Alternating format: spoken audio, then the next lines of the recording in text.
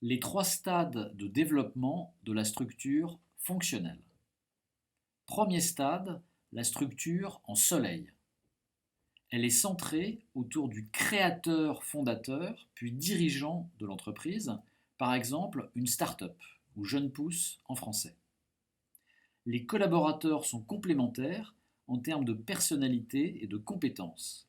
Il n'y a aucun lien entre eux, A et B, mais uniquement des liens bilatéraux entre le dirigeant et ses collaborateurs. Le dirigeant pratique une communication rayonnante.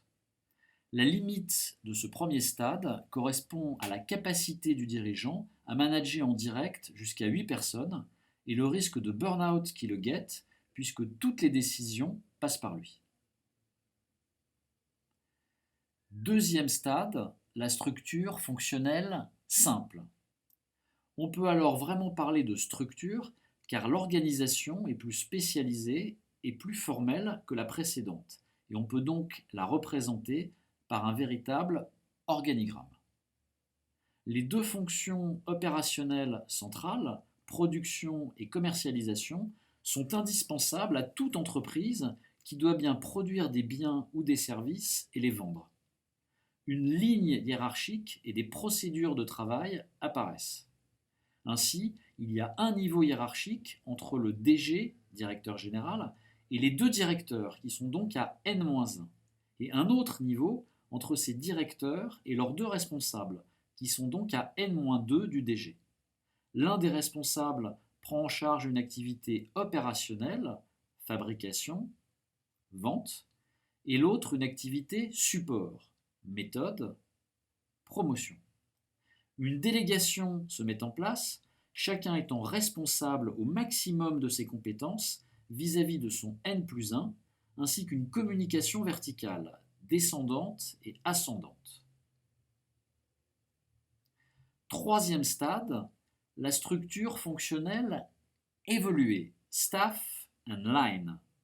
Cette structure combine une double approche fonctionnelle et hiérarchique que l'on représente par une largeur et une hauteur accrue de l'organigramme. Une spécialisation fonctionnelle accrue avec des fonctions d'état-major ou staff en anglais, comme la R&D, recherche et développement, le marketing, la DRH, direction des ressources humaines, et la DAF, direction administrative et financière. Ces fonctions d'état-major sont également à N-1 du DG. Une spécialisation des responsabilités opérationnelles, ou line en anglais pour ligne hiérarchique, avec apparition de nouvelles fonctions achat et export et d'un nouveau niveau hiérarchique, 3 au total dans cet exemple. La spécialisation par fonction améliore la productivité en favorisant les économies d'échelle et l'apprentissage.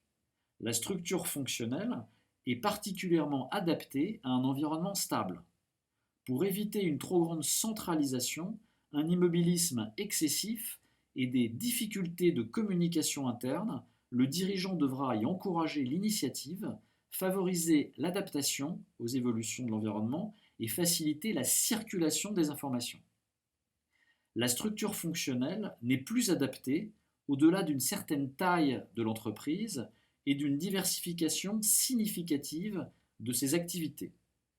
Elle peut alors être remplacée par une structure divisionnelle.